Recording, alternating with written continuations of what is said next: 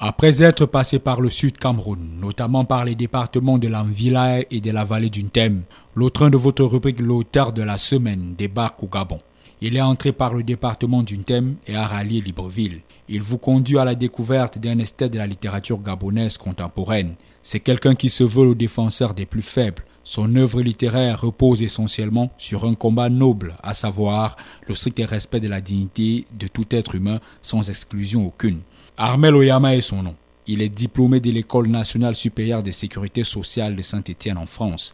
C'est un panafricaniste convaincu qui rêve de l'avènement d'une Afrique nouvelle. C'est ce grand amour pour la mère de l'humanité qui l'a poussé à prendre sa plume en 2013 pour pourfendre et apporter des solutions aux mauvais traitements que subissent les couches vulnérables. C'est à juste titre que l'on est en passe d'affirmer qu'il a fait de la lutte pour la protection des droits des femmes, des veuves et des orphelins son cheval de bataille. Armel Oyama a jusqu'ici gratifié le lectorat de 4 ouvrages, à savoir Les veuves de Bifula.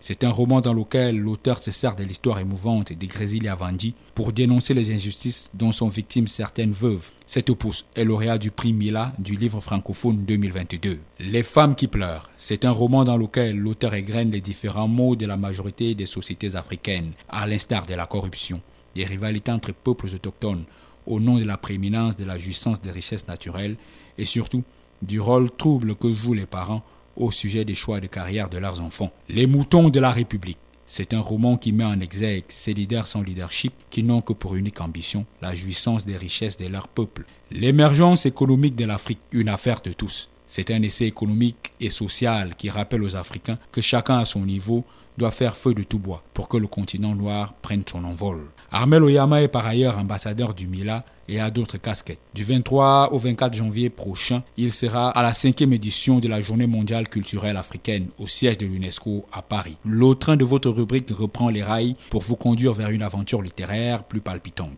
Je suis Joël Célestin Bobo, très heureux d'avoir été des vôtres. À très bientôt. D'ici là, portez-vous bien.